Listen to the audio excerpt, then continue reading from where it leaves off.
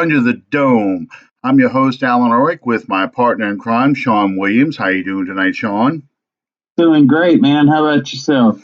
Oh, it's a good day after Christmas. Let's just leave it at that. it I was just saying off air to Sean, I said, Christmas falling in the middle of the week the way it does really kind of screws up everything because this past weekend and Monday and Christmas Eve, you're getting ready for Christmas. Today's the day after Christmas. You're trying to kind of put everything back together again, and it's already Friday tomorrow, and it feels like I haven't got anything done. Yeah, well, uh, well, let me pay the bills first. Quick. Yeah. We want to thank everyone for joining us tonight on the Under the Dome podcast. You can subscribe to our show on iTunes and on YouTube, and you can follow us on Facebook on the Under the Dome podcast page. You can follow us on Twitter. We'll give out the handles and so on and so forth at the end of the show. Okay, first things first. Tennessee. Uh-huh. I worked Saturday night overnight and set 6 alarms and slept through the first half of the game. I woke up, the first play that I saw when I woke up was the first touchdown pass to Jared Cook. So I've decided that moving forward, I'm just going to set some sort of alarm to let me know when Jared Cook catches the touchdown pass, and I'll start watching again. Well, I was going to say, you didn't miss very much in the first quarter. That was probably the ugliest quarter of Saints football, arguably all season, probably at least since the Atlanta game. They couldn't do anything right. They were back. The offensive line was back to committing a ton of penalties. The receivers ran poor routes. You could see the frustration. I think Breeze got sacked twice, and the defense was just dreadful. They were getting them, just like with the 49ers game, they were getting reverses with pitch plays, just dumb stuff. They looked terrible. Well, tell me this. Mm-hmm. You and I both were players, and I can only speak for myself, but I've never believed in the whole trap game. And what I'm about to ask you, was this a hangover from the high that they performed at, the high level that they performed at for that Monday night game? I don't know if it was a hangover, but they came out really flat. Um, that's the best way I can explain it. They looked really. I mean, the defense in the first series made the Titans go 3-and-out, but it was like the offense just was not focused at all in the first quarter and a half. I mean, the Jared Cook play was probably the first play they really looked like themselves again, and it kind of like was the play that got them going again. But I mean, here's a good example, okay, of what I thought went wrong. Thank you, Chad, for sharing our podcast to Facebook. I was thinking about that, trying to figure out how I can do that. And usually I'm doing this from work, and I don't really like getting on Facebook at work, obviously, even though it's the same computer. It's a laptop I'm bringing to and from the office. Getting on that Wi-Fi, I don't feel like having the IT big brother to be sitting there going, oh, yeah, Alan's complaining about how much work he's got to do, and he's on Facebook, I see. But anyway, the early in the first quarter, there was a play where the Saints finally got a drive going without too many penalties, and they ran a shot play to Ted Ginn Jr. And the Tennessee Titans were well aware of not only that Michael Thomas is the number one receiver, but also that the Saints were going to try and get him to break the record in that game. So they weren't just double covering; they were running triple coverages. They had him bracketed over the top, and they had somebody in a trail position and somebody in front of Thomas. So if he's going to catch the ball, It was going to be a contested catch, and it was going to be no yards after the catch. That was the Titans' game plan on defense with Thomas. How'd that work out for you? Well, it worked out a little bit in the beginning, but then Thomas started to make some plays and figured out how to create separation against that defense. But anyway, so the Saints run a combination route and they run a shot play where you see Ginn run a go route to the end zone. Thomas, for some reason, instead of taking it like across the middle underneath, so everyone pulls up and Ginn gets behind the defense, he runs almost a post route. And what happens is he brings all the coverage to the same spot that Ginn's trying to catch his ball. Then he puts his hands up to catch the ball, which actually tips away the ball from Ginn, who was open. And, Breeze at one point puts his arms like, what the hell?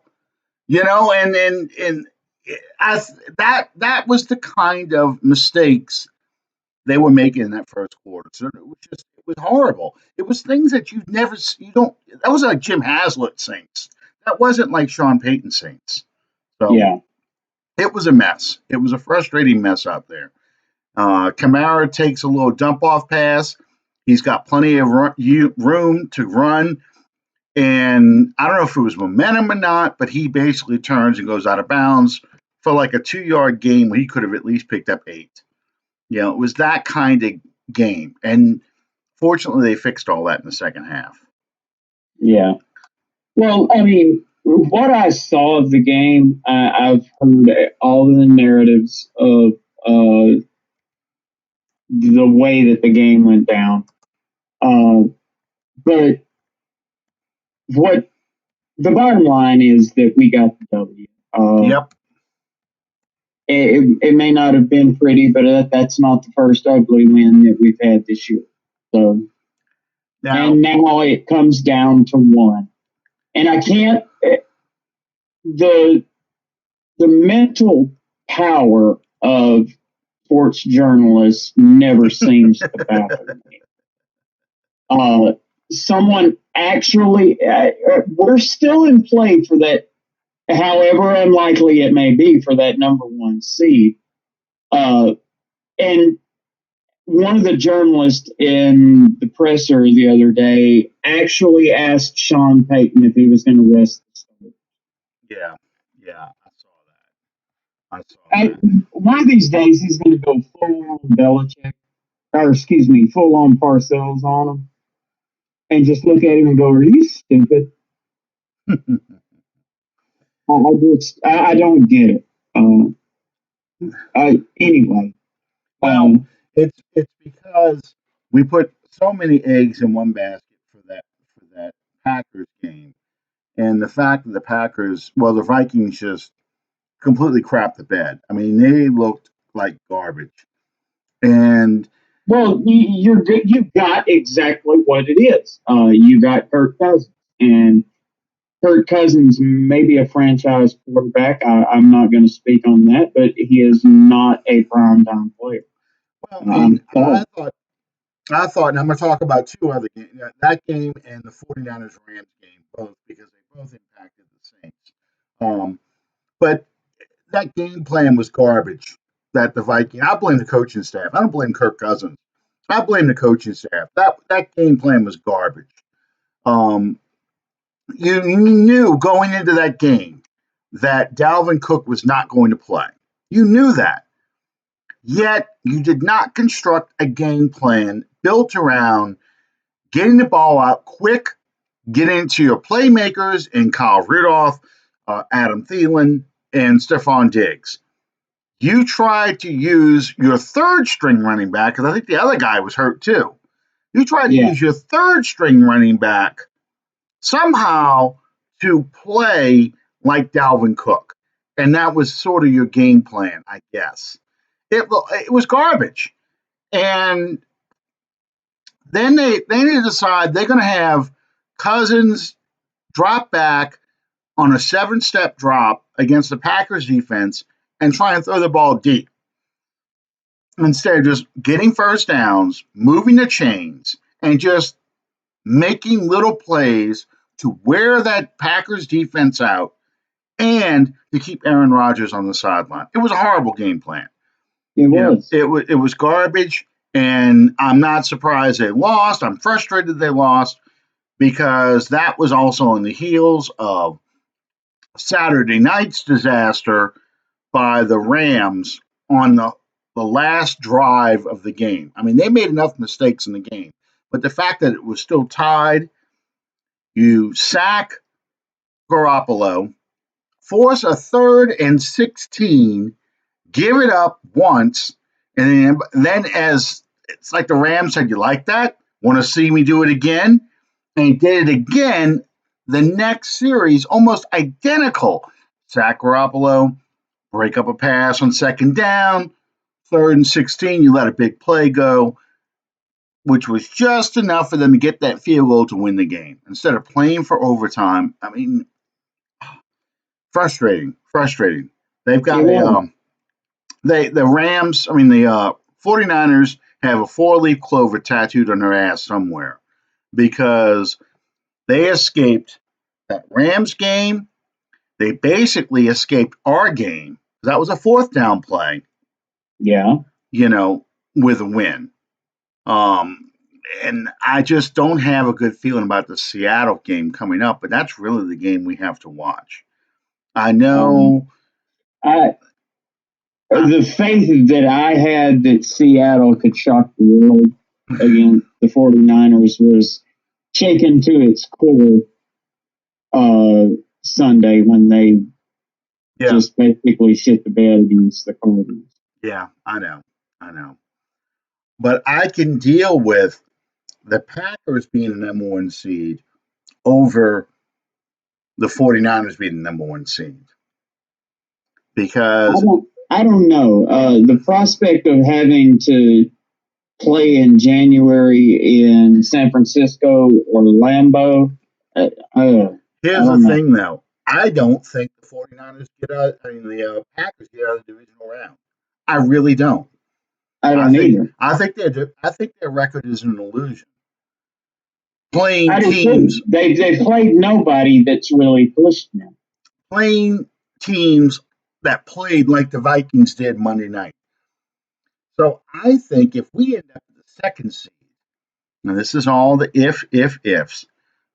If we end up the second seed because Seattle somehow conjures up the magic and beats the 49ers in that stadium, because the 49ers, you're going to hear this stat 1,000 times, the 49ers haven't won at CenturyLink Field since 2011. If they can somehow, Russell Wilson could just run around and pull plays out of his backside, they win that game. They win the division. The 49ers fall to the 5th seed as a wild card. I can handle Green Bay's number one seed, and here's why. Because the Saints will be, if the Saints, they should win, but they'll be the number two seed. And you play the winner of the 4-5 game or the 6-3 game. The three in this case would be Seattle. So Seattle will play Minnesota, and the 49ers play the winner of the NFC least, either the Cowboys or more likely the Eagles, and they'll destroy them. I mean, Yeah. so whoever wins the lower seed game ends up going to the number one game, the number one seed in Green Bay, whom I think they could upset. They could upset the Packers. So that's the way it would go. Chad's right. I expect the number three seed come by the end of the day. We can't get any worse, but we can only get better. But that's kind of how you have to hope for things to happen. I just want the buy somehow because I think the buy 2 weeks to prepare, 2 weeks to get healthy. That's what we need at that point. Yes. Uh, I don't think that we have. Obviously, the Saints are playing from a position of strength if they're getting to play at home. Yeah. Uh, I don't feel as trepidatious about going on the road as I did, say, 4 seasons ago. It all depends on who you go on the road against. Yeah. You know, um,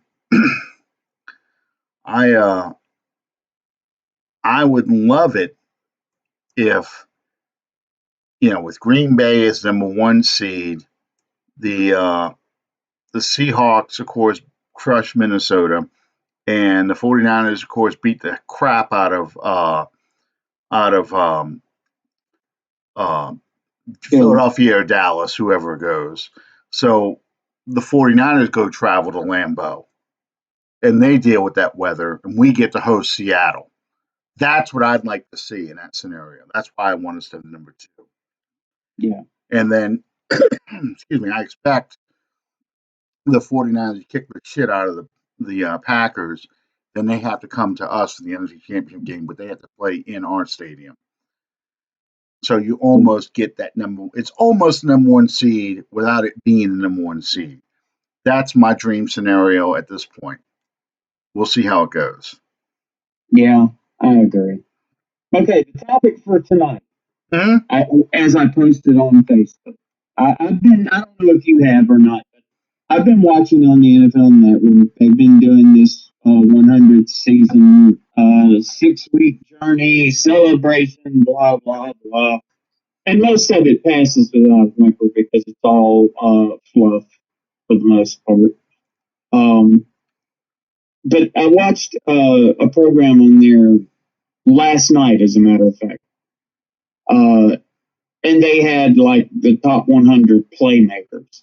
Mm-hmm. And it got me to thinking.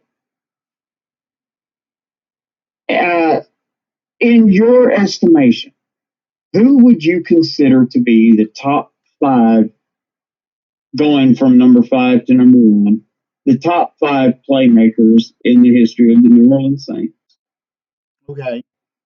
Let me ask you this: you consider offensive, defensive, special teams, or all three? All three. Oh man. And I will include, actually, and you'll understand why I say this later. I include management in this because some of the decisions made by management enable the plays to be made as well. Well, then you have to talk about free agent or draft picks. Then, if you're going to include management. Yeah, absolutely. Okay, number five for you. Oh jeez. Uh Okay, I'll give you my number five. give me your number five. And I'm fixing to piss some people off. My number five is Archie Manning. Why aren't you? Because he was the first glimmer of hope for an expansion team. And Archie was absolutely a playmaker. Uh, why he did not rate higher. Uh,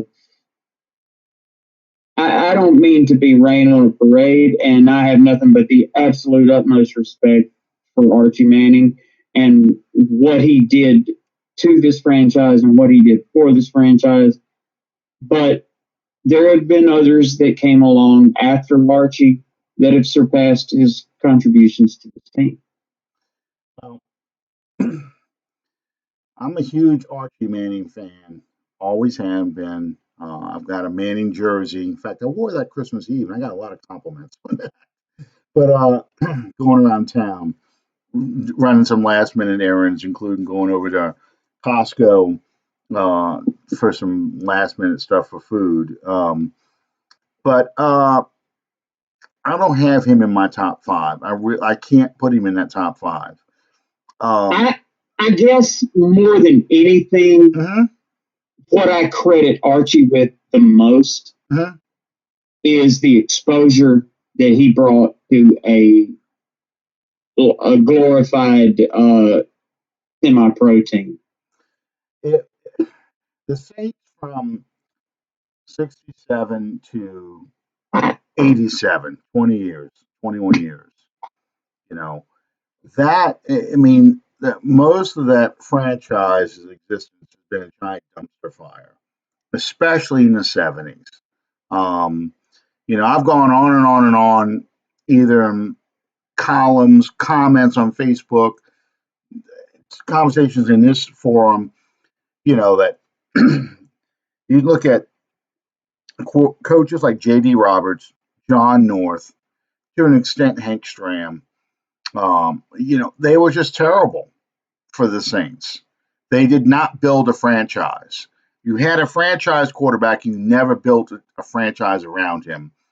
Instead, you basically ruined him because you didn't build an offensive line around him. You did not give him the coaching he needed to progress and become a better player. Basically, Archie had to coach himself. You let him get beat up, destroyed by defenses. You ruined him. So you got a glimmer of what Archie could have been for his career in 78 and 79. Um, but once again, that team was a house of cards. You never got a complete unit. You know, we complain about how we wasted so many of Drew Brees' years. You think, 2014 to 2016, those kind of things with just bad defenses. Drew Brees only got 7 wins with those defenses. You know, Archie played most of his career behind teams that had the talent level, especially on defense, that Drew Brees had from 2014 to 2016. Okay. And it's just, I get that, but I can't, I would put him probably at 6 or 7, not my top 5. My number 5 is going to be Morton Anderson, the kicker. Since we're going to include everybody, I would put Morton Anderson as number 5 because for the Jim Mora years, that was the offense. It absolutely was. He was a Blitz to the 50 and let Morton have it. Yep. And on kickoffs, he was a weapon.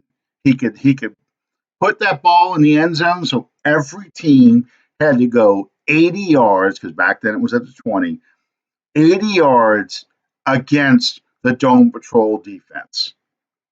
And you can do that a couple times, unless you're the 49ers, but you can't do it every time. So Morton Anderson my number 5. Well, actually, Morton Anderson was my number 4. Is he number 4? Yes. Ooh, somebody's hitting my warm spot here. They put their top 5. They put Wes Chandler at number 5. Oh man. Throwbacks. Yeah, I tell you what, if I could get me a Wes Chandler Saints jersey, that one and a Chuck Muncie Saints jersey, I would rock that every day. I tell you what. Wes Chandler, I gotta say this. Wes Chandler, back in 1978 when we got him, I said to my dad, we finally got one, because I'm a 70s Steelers fan. Don't hate. I was a 70s Steelers fan. I tore up a lot of pants uh, trying to duplicate that miracle catch he made. The What the hell is that play called again from Super Bowl 10? Not the sideline catch, but the one we catches over Washington for the Cowboys. The levitating leap. Trying to duplicate the levitating leap on grass, concrete in the playground, everything. So yeah, Wes Chandler was a receiver who I thought caught the ball the way Lynn Swan did. Jump up in the air, just this incredible body control. So yeah. Yeah, I Okay. get that. So Morton Anderson is your number 4. Yes. Okay, my number 4 would be, oh man, I'm. This is going to sound terrible, but I, I'm putting Michael Thomas as my number 4, and the reason why I'm putting him over Marcus Colston, who he's got all the stats, Marcus Colston, but Michael Thomas is doing things that I only saw the Jerry Rices do, the Marvin Yes. Harrisons do, the Hall of Fame receivers. Unfortunately, Marcus Colston will never be an NFL Hall of Famer. He didn't even make the Pro Bowl. He is the combination of Abramowitz, Eric Martin, Marcus Colston, and Joe Horn all combined into one. If you took those 4 receivers and combined them into one receiver, you would get Michael Thomas. You know, True. True.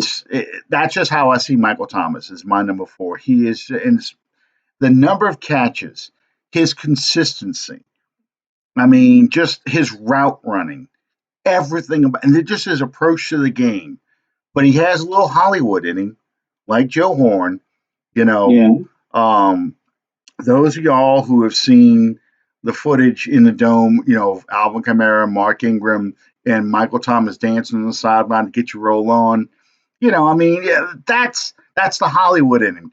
Bringing the phone out from under the goalpost. That's the Hollywood in him. But I mean, but as far as discipline and the consistency and the work, and you don't hear crap from Michael Thomas either, do you? I mean, No. he talks stuff on Twitter, but he doesn't. You don't see him talking trash to receivers.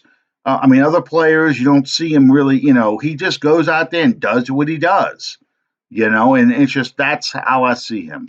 He, It's one thing to be a spectacle on social media. mhm. It's another thing to rewrite the record books for your consistency. You paid him When you, $100 million, and he's gotten even better. yeah, that's a point that I made in a conversation just the other day. Uh, how often do we see these guys get these break the bank deals and then fall off a cliff? And all Michael Thomas has done has been double down. hmm And he plays every down like it's his last. He's my number 4. I know that's probably going to be too low for some people. They probably think Colston belongs up there or whatever, but we're talking all time.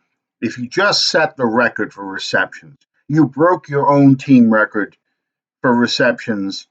This same game. It's just he is that is a Saints receiver is going to the NFL Hall of Fame.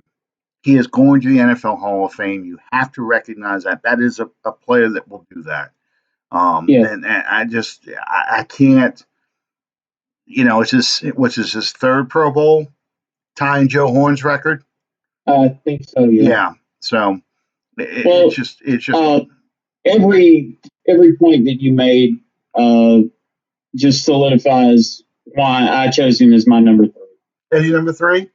Yeah, and there's some people that will have issue with this Mm-hmm. because he doesn't have the experience, so to speak. He's a young player in the grand scheme of things, but you look at the impact that his brief career has made on this organization, and yeah, he's my number 3.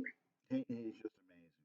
He really is. I just the first time I saw him in that New England preseason game, I saw the way he caught that ball. Just like I said about Wes Chandler, we finally got one. We Yeah, finally got a guy who would dominate game in, game out. You put him on any team in the league, he'd be doing the same thing. He proved it. This is not a knock on Teddy Bridgewater, and please don't think it is, but he proved it by producing just as much with Teddy Bridgewater at quarterback as he did with Drew Brees. exactly. I mean, that just shows you the kind of player he is. Okay, my number 3 then, since he's your number 3, my number 3, since you made it every position, it's got to be Willie Roaf. Um, right before we got on the air, I was watching the 1994 game between the Saints and the Falcons. In fact, I might put that game up on social media later today, tonight. But I was watching the game from 1994, Saints versus Falcons, and we win the game. It's in the Georgia Dome. Um, and ESPN did a spotlight on Willie Roaf, and that's Roaf's second year in the league. And he is erasing Chris Dolman. Chris Dolman can't make a play. He's not, he can't do anything. And they show his footwork, his strength, his tenacity. That's where I learned the term dancing bear from. That not from that broadcast, but with Willie Roaf, the dancing bear. They were, because of his footwork, just the way he could dance on the balls of his feet to eliminate guys he played. He's a Hall of Famer, all decade team for the 90s. Just a tremendous athlete. He's got to be Roaf. I have to have Roaf as number three because I mean, despite the lack of success the Saints had during his years in 2000, a lot of Aaron Brooks' success, a lot of Jeff Blake's success comes because of Willie Roaf. So he's my number three. I absolutely agree. And what more do you need to know than former Louisiana Tech Bulldog? Yeah. Hey, by the way, I just want to point out the Louisiana Tech Bulldogs beat the University of Miami today in the Independence Bowl. Well, keep an eye out for a person by the name of Carson Ryder. He is a tight end. He is the son of one of my really good friends, one of my wife's sorority sisters. Um, he played at Destrehan. He was supposed to go to UL, but we're not going to talk about that. Stupid coaches. It's not. He was all set to go. The coaches just lost interest in him. He is a very good tight end. Good, great kid. I hope he's successful in college. I'd love it if he made it to the NFL. I don't know if he will or not, but if he does, just remember Carson Ryder, and he is a freshman this year at La Tech. He was the MVP of the scout team for whatever that's worth. My friend posted that on social media about her son. Um, Big kid, strong kid. I think he's 6'4", 6'5". Big, strong kid. I really hope he does well. So I'm gonna be watching him. So I'm gonna be watching some La Tech games when he plays. Yeah. So that's how I know La Tech won as well. Yeah, I didn't get to see any of the game, but it's a major win for the program. It really is. When you can call it what you want, but for all practical intents and purposes, the ULs, the La Techs, the ULMs, they're always going to be considered a second tier Division I team. Yeah, And rightfully so. I mean, you got that purple they're not monster. they're not ever going to compete with your LSU's, your Auburns, your Alabamas, your Oklahomas. Okay, so Number two. Who would you have as your number two? I got my number two in mind. I've got my number two, and it would have to be a four-way tie. So that pretty much tells you who my number two is. Oh, you cheater. Well, it's the Dome Patrol. Yeah. And if I have to pick out one of the four to stand front and accept the award, it's going to be Pat Swilling. Whoa. Okay. All right. Well, Pat Swilling was one of my favorite players from the Dome Patrol era. We traded him for my number three player, for Willie Roaf, but my number two is going to be Ricky Jackson. Simply because Ricky Jackson is the all-time leader in sacks. He dominated before the Dome Patrol got together. He won a Super Bowl after the Dome Patrol broke up. Um, We're not going to talk about that, yeah, though. I know that. In fact, '94. That's what Allison, my daughter, asked me. She said, Where's the Dome Patrol in this game?" I'm like, "Oh, by '94, Ricky Jackson's in San Francisco, on his way to get his Super Bowl ring. Pat Swillin's in Detroit. Vaughn Johnson had a bad knee that got staph infection, and then he ended up playing for the Eagles as a backup player in '94. And Sam Mills was about 2 games removed at this time, 2 games from being in uh, Carolina. So Sam Mills was Well, in by that the game. way, I would like to.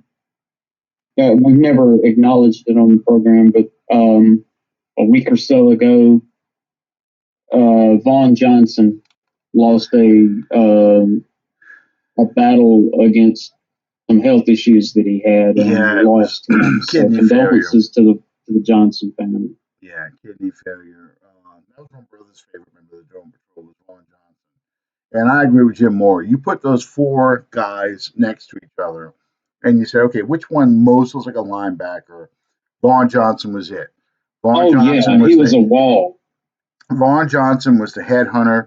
Vaughn Johnson was the guy who, that's the guy you wanted to see him make the collision on the goal line stand. In fact, I talked about this the night he died. I found out that he had died.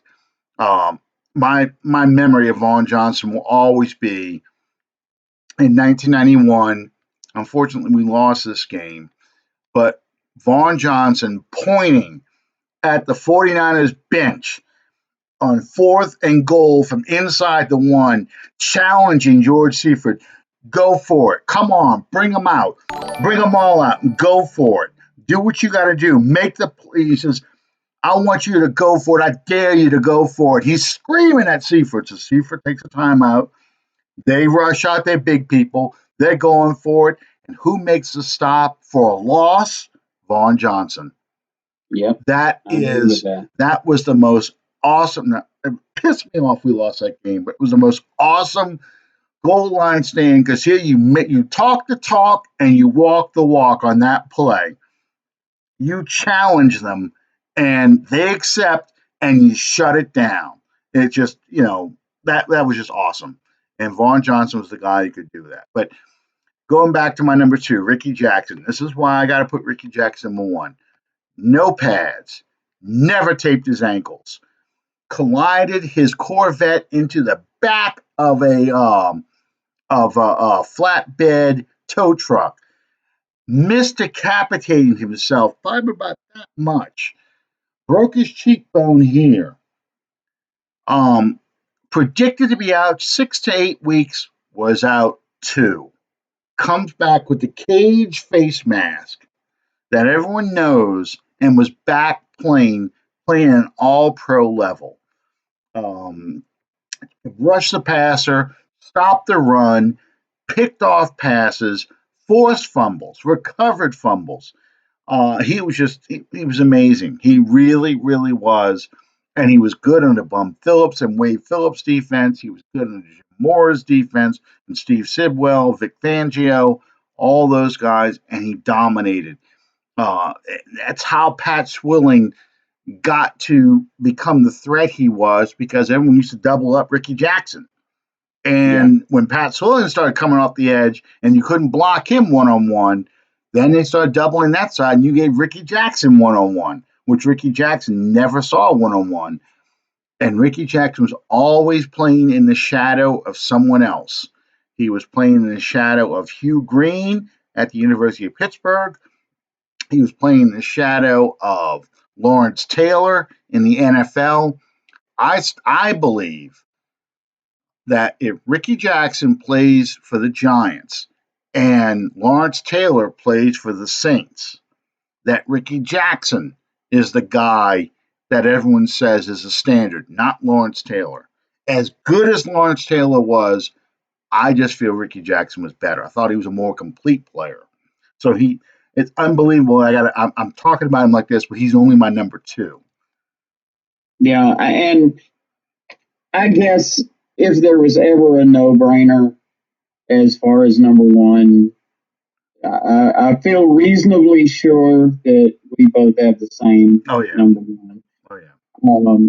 It's kind of anticlimactic, but It's anytime you Ed talk about Hargett. Ed Hargett, my number one playmaker.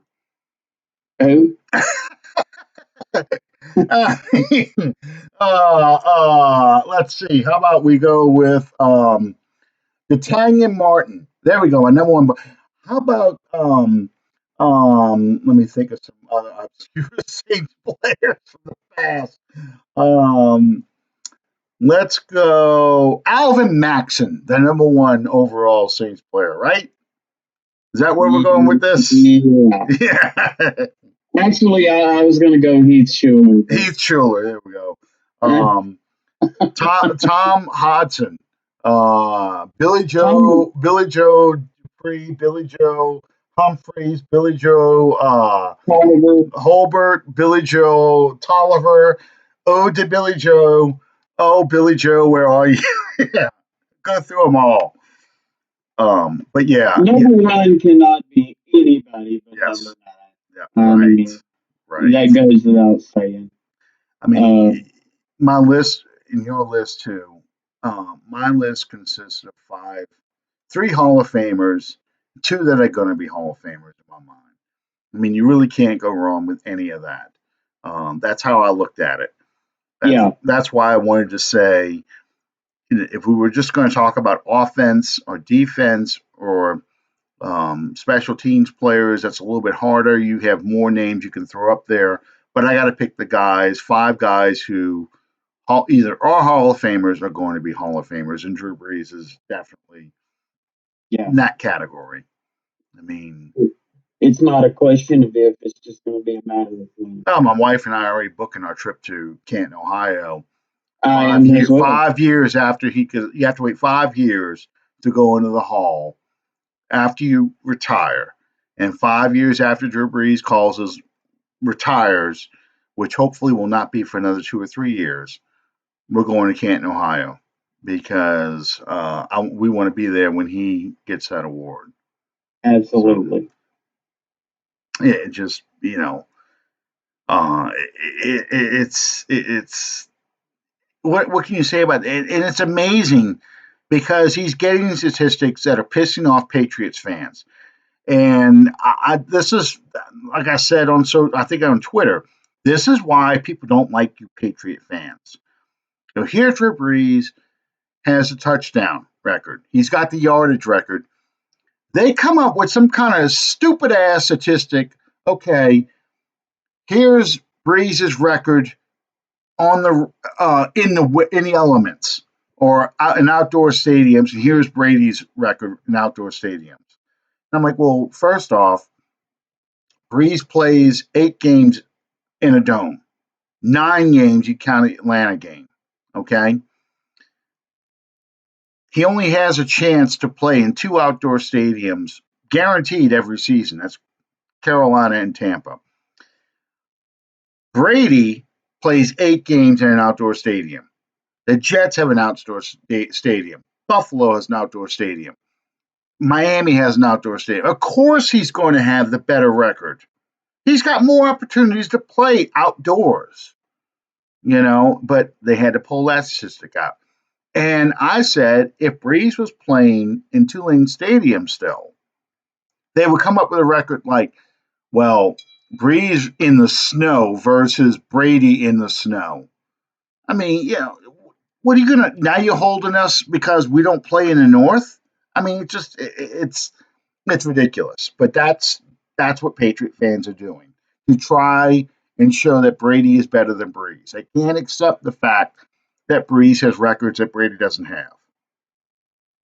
Yeah, and it's sad that they have to resort to garbage like that, but I mean, it is what it is, and that's going to be that way from now until forever. Mm-hmm. And that's the biggest reason that I think, petty or not, that's the biggest reason that I absolutely despise Tom Brady is because commentators, talking heads, whatever you want to call them, and especially fans, they minimize what Breeze has done to try to maximize what Brady has done, and Yep. it's so unnecessary. You saw that all last week in that stupid FS1 um, uh, broadcast where just kind of diminishing the touchdown record by saying, Yeah, well, it's a passing league. It's really not that big of a deal. He's not. My favorite argument was, well, he's never been an MVP. Well, that's because you buttholes. I'm trying to keep it clean, but you buttholes keep moving the goalposts every time Breeze does something. Breeze gets the yardage. Oh, it's not about yardage. It's really about talk overall about record. Brady. That's why we overall record. That's why we had to give it to Aaron Rodgers in 2011. Oh, okay. Well, then we got the best record. Oh no, it's really not about It's really not about the record. It's more about yardage and touchdowns. That's why we had to give it to Peyton Manning, or we had to give it to Patrick Mahomes, or we had to give it to whoever it is. It's always whatever Breeze does, that's not what the standard is now. It's going to be something else. So it's maddening. It's Well, maddening. Um, he's not in the conversation this year clearly because he missed 5 games. Um, and you can see the love affair with Baltimore and Jackson, who is you cannot diminish what he's doing for the Baltimore Ravens. He is one of the main reasons they have the best record in the league.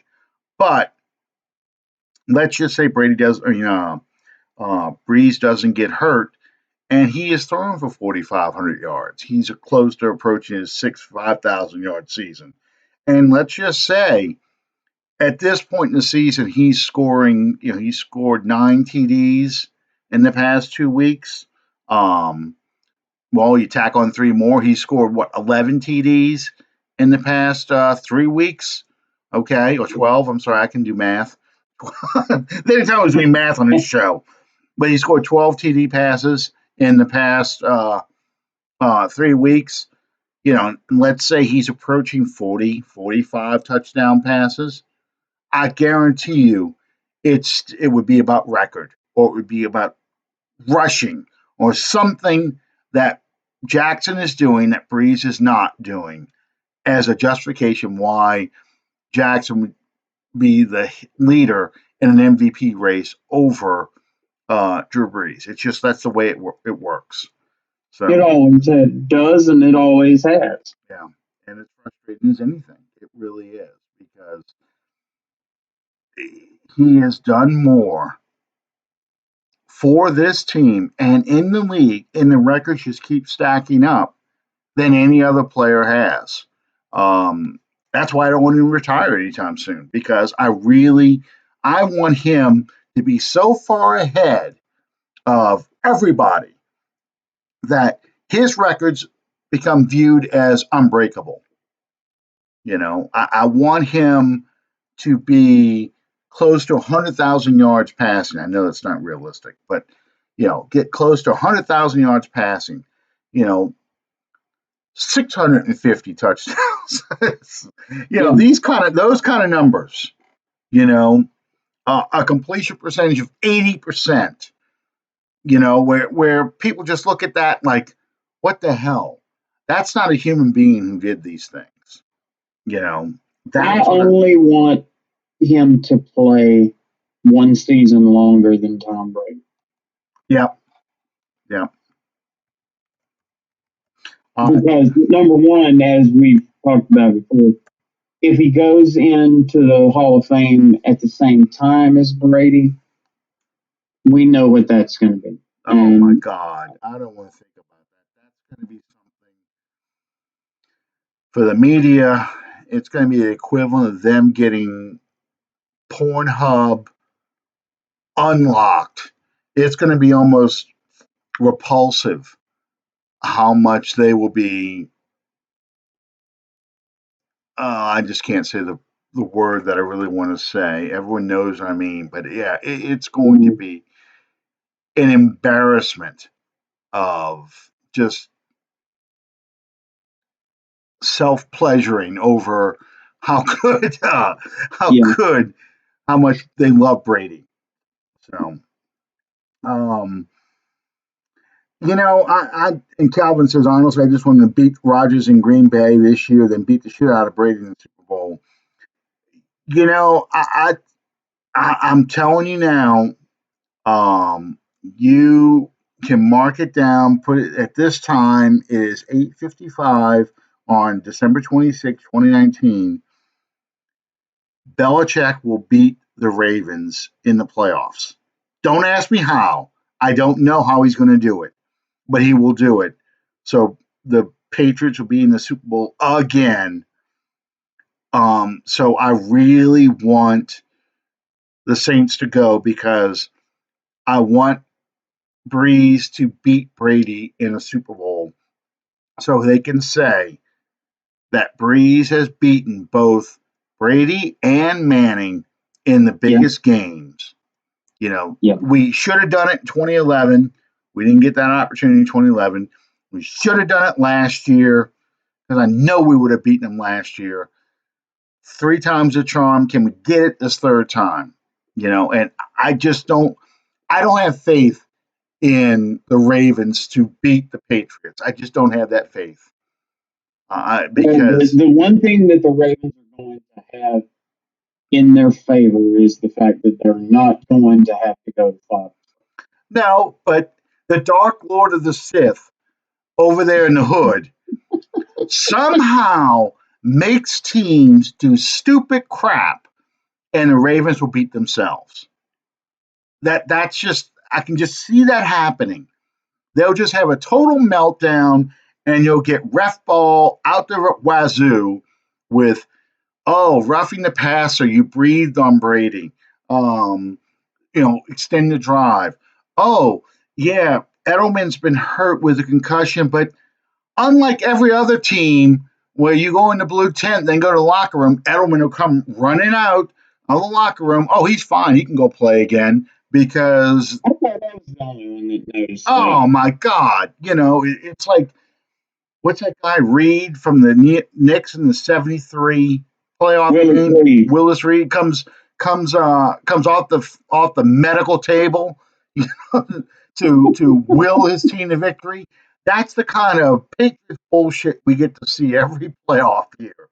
You Mm. know, uh, yeah, it's just that I could just see that happening in the narrative. Oh my God, it's just Belichick is the greatest coach ever. He willed this team to win. A team that was not talented enough, that beat the number one seed, beat all these teams, beat the Chiefs, all this stuff. Oh, God.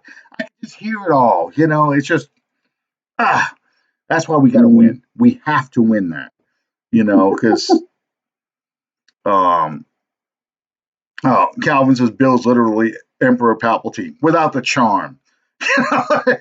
He doesn't have the charm and the personality. You know.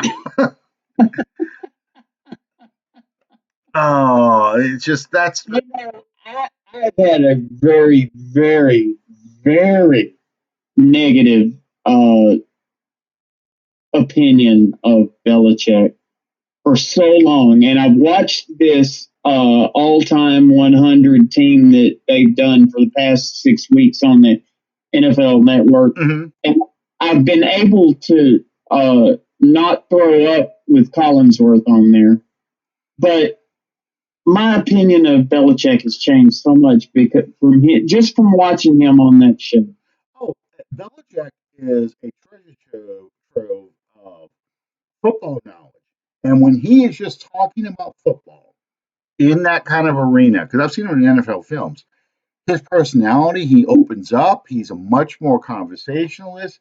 He knows so much about the history of this league that I would be fascinated to talk to him for hours about, what he knows about the league. It's just when he gets on that sideline, when he talks to the media, it's like that's a totally different Belichick, totally Yeah, different person. Yeah, I agree with that because yeah, he knows some stuff. He was explaining the flex defense of the Dallas Cowboys in the 70s. And it was just amazing to hear him explain it as simply as he did and why it worked and why it only worked for Dallas, and it was fascinating because it's like he coached it, you know, and he's just telling you, well, the linemen are offset and they do this and they do, and it was like a history professor just talking to you about, you know, what was going on in the league at the time. It was amazing. It really was. So yeah, if you watch A Football Life with Bill Belichick, that's a pretty good episode. I've enjoyed that one in the past where he talks a lot about the people he's been in touch with in his life, who he's worked under, and it's fascinating. He really led an incredibly interesting life. It's just when he gets to be on the podium talking to the media, it's on to Cincinnati. I mean that and stealing the bingo signals. I just don't get that. That's like stealing candy from a blind man. Why would you do that? Oh, I have no idea. steal signals from somebody. Steal signals from somebody worthwhile, not the Okay, Bengals. I got the $64,000 question for you. Okay. Is there any debate whatsoever if you're the Cincinnati Bengals who you draft? No, no, Don't tell Deion Sanders that. because they need so many players. You want to trade that number one overall pick for lots of picks, but they're going to screw that up too. And Mike Brown does not do that. He's just not smart enough. But Joe Burrow's an Ohio kid. He played at Ohio State. It's a natural fit for that team. You want a guy like Burrow. The problem is you want to surround him with talent, and the Bengals have very little talent. So I don't know what else they do other than get Burrow. I mean, you've got so many holes. You need a stud on defense. You need better offensive linemen. You need everything. I mean, it's just a terrible team, and I don't know if that coach is very good. It's just I don't know where they go. If I'm Mike Brown, I'm stealing Joe Brady from LSU to make him my offensive coordinator because that offense works in the NFL. Burrow can thrive in that offense, and if you cannot find, say, a team in the top three of top 10 picks, because you don't want to trade down too far, but if you can't find somebody willing to trade a buttload of picks to you, so you can go and start stocking your team with first round picks or high draft picks, you just got to bite the bullet, take the quarterback, build your team around it, and get your butt kicked 2 or 3 years in a row, keep getting picks, and do like the 49ers did and build a team that way. You know, that's how I would do it.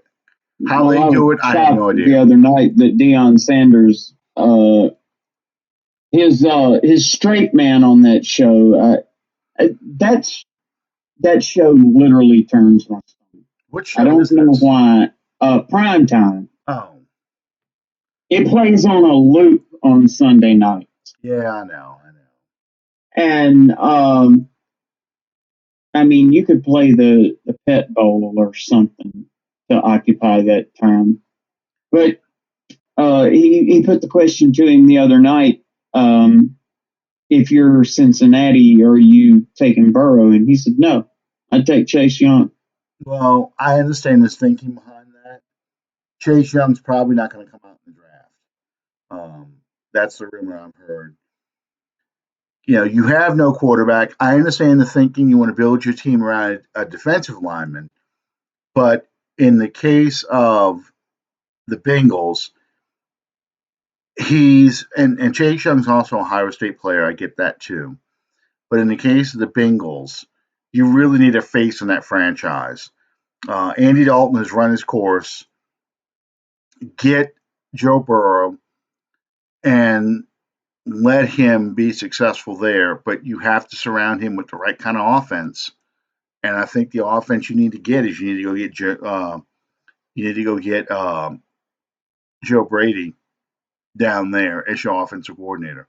Don't do like Cleveland and think you can just buy your team a championship by signing all these free agents and having a figurehead as a coach, because that's essentially what the Browns have, and that's why it's a dumpster fire, and they're no better than they were last year. Does he survive the season? That's another one, just like Mike Brown with the Bengals. That's another idiot owner, idiot general manager. I don't know, because if you fire your coach, who are you going to replace him with? And that who are they going to bring in? Are they going to bring in some new guy, maybe from Mike Shanahan's staff on the 49ers?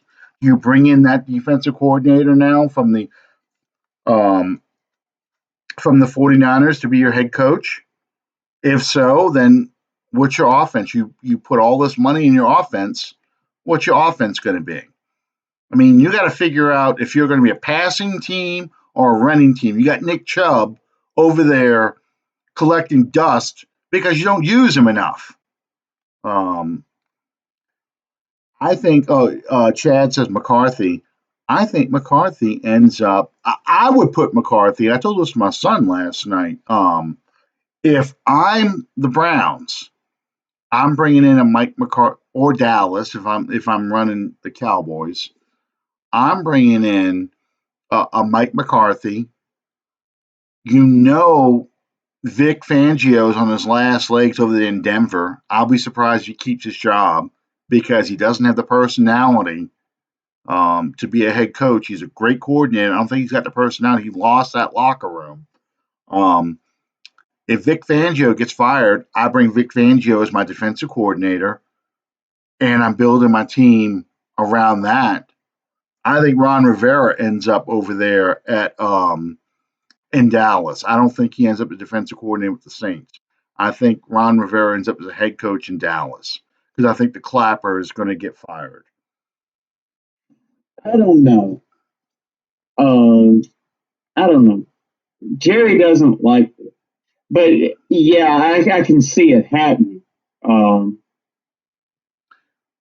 Jerry doesn't like uh, to have to conduct a coaching search, but all the gesturing and posturing that he's been doing in the media, that tells me that he's ready to make a change. And I mean, the same thing that I've suggested about the Falcons, the same thing that I've suggested about other teams, it holds true in Dallas too. You have a much too talented of a roster Mm-hmm. to be a 500 team. Yep. And there again, Cleveland, prime example. You have way too much talent to be a middle of the road team. And to me, when you have that much talent on your roster and you cannot win games, that just screams coaching to me. Well, Now, be that discipline of the players, be that game planning, whatever, that's got to be the responsibility of the coach. well, what's going to be incredibly amusing is the Falcons going to finish 7-9 because I think they win this weekend too, and they're going to finish on that quote unquote high note, playing for their coach. He's going to stay. Nothing's going to change, and they're going to come out with the same thing next year. They may fire the offensive and defensive coordinators. I think they did already. I don't remember. I don't pay that close attention, but I think they're gonna, or they may just shuffle people around and figure, okay, look how much success we had in the back half of the season once we put Raheem Morris here and we put this guy here and stuff. So this is the way we're going to go next year, and it's going to be the same shit all over again. It will be entertaining. I think the Panthers. Speaking of our division, I think the Panthers. I don't care what that little punk uh, Eric Reed has to say. Although I expect him to take a lot of cheap shots and dirty play because that's the kind of player he is. Um, I think the Panthers are going to lay down if the Saints jump on them early. If the Saints don't jump on them early and come out flat and let them hang around, it becomes a much more competitive game than it really should be. Um, I think that the Saints should jump on the Panthers early because they got their bags packed and the lockers cleaned out already. They're ready for the end of the season. We just have to step on their throat early, get them out of the game, and make them quit. You know, so Yeah, because the result of this game could be very important, and we sure, won't know. For example, Green Bay plays a noon game just like we do. We're not going to know how that's going to go, so they we got need to take care of they're gonna have ourselves the first. scoreboard. They're gonna be looking at the scoreboard, and Peyton's gonna be screaming at him about that, not watching the scoreboard. But regardless, I don't want the Panthers to have any hope. I want life choked out of them early. I say that all the time, and sure enough, the Saints just do the opposite and let a team like that hang around and feel like they got a shot at doing something. Um, so as a result, we're gonna have to play a lot harder. So now I have to look at the game as a preseason game almost. You want to win, but you also don't want anybody hurt.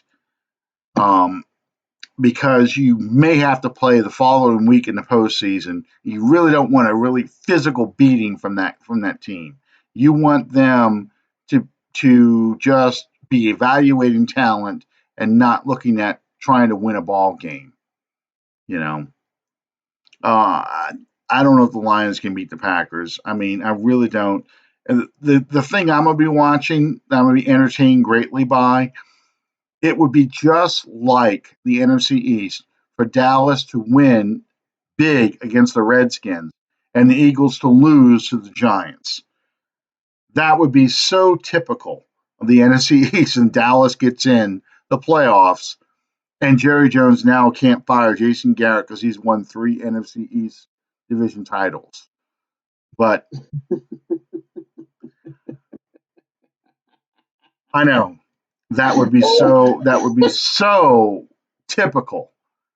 Um, Well, I saw a film clip the other day of before the Saints Tennessee game. The Fox crew, Terry Bradshaw, Jimmy mhm. Johnson, all that. Jimmy Johnson suggested that they give him a 10-year extension. Yeah, sometimes I hear Jimmy Johnson talk. I keep thinking to myself, you really aren't over the fact that Jerry Jones fired you, are you? You want to sabotage that team, don't you? Well, I see his logic because he pointed out is at this point in time they're talking about just how terribly the Cowboys were going to thrash the Eagles, Mhm. and he brought up the point that he will have won 3 NFC East titles. Yeah. It would, Calvin says, be even funny if the Eagles and Dallas both lose and Dallas still doesn't get in. Unfortunately, somebody has to win that damn division. Um, and I think Dallas wins based If they on, both lose, Dallas wins. yeah, I think Dallas gets in because of conference record or something like that. But here's the thing about Dallas, and I said this to my son. That's why I recommended if I was Jerry Jones, I would still do the same thing with bringing in McCarthy and Vic Fangio. Although I would never want to see that done, but because Dallas doesn't, Dallas has on paper has the talent to beat anybody. They should be a 10-win team every year on paper based on talent. You got that offensive line, you've got a running back, you've got a quarterback who can make some plays. but he can't just be a gunslinger. He's got to be disciplined, and the receivers all have to make plays. And you've got three good receivers. Okay, you got a pretty good tight end. You probably could use an upgrade. Witten came back from the grave. He really isn't the player he used to be. But on defense, you've got a great defensive line. You've got great linebackers. You've got a very poor secondary, but you've got a good front seven that should control most games. Okay? You feed Ezekiel Elliott most of those games, run your offense off of play action, and use your receivers as good possession receivers, dinking and dunking and making quick little throws so that safety cheats up. Then you send somebody screaming down the field for a big play. That should be the way you win most games. You a Jim Moore kind of team, but much more talented than the Saints were. Um, but they don't do that. They go out there, they have no idea what the hell they are. One week they're a power running game. Next week they're going to throw the ball over the field. And Dak Prescott is not that kind of quarterback. And that one week the defense looks unstoppable. The next week they look like it's the first time they've ever played together. Mm-hmm. So and it comes from top down because the team all knows Jason Garrett's a figurehead. He has no control of that locker room, so they can do whatever the hell they want because it's like, if it's going to be me or you, redhead, you're going to go. I don't have to worry about me getting in trouble because Jerry's got my back. Jerry doesn't have redhead's back. So that's for as long as that culture exists on that team, they're never going to win. And I'm not complaining because I love the fact the Cowboys suck. The only downside is Michael Thomas sets the damn record for most receptions. What do we get all day Monday? What's wrong with the Cowboys? Why the Cowboys don't win? We get to watch Skip Bayless do the symbolic throwing his stuff in the garbage can. And oh yeah, Michael Thomas caught some passes, but we're going to go back to the Cowboys, and it drives me insane. It's just like Drew Brees, except it's about teams now, and it's always going to be about the Cowboys. So the more those clowns lose, the happier I am. Absolutely. All right, guys. Thank y'all for sticking with us. It's we've been on for over an hour. You can tell Sean didn't make the groceries tonight. Yeah, I got a very rare. Well, this is what happens when we go on Thursday rather than Tuesday. There you go. It makes us ramble a lot more. Big thing, and I talked about it in the teaser for the show. Big thing is, the most important game for us is the Seattle San Francisco game Sunday night.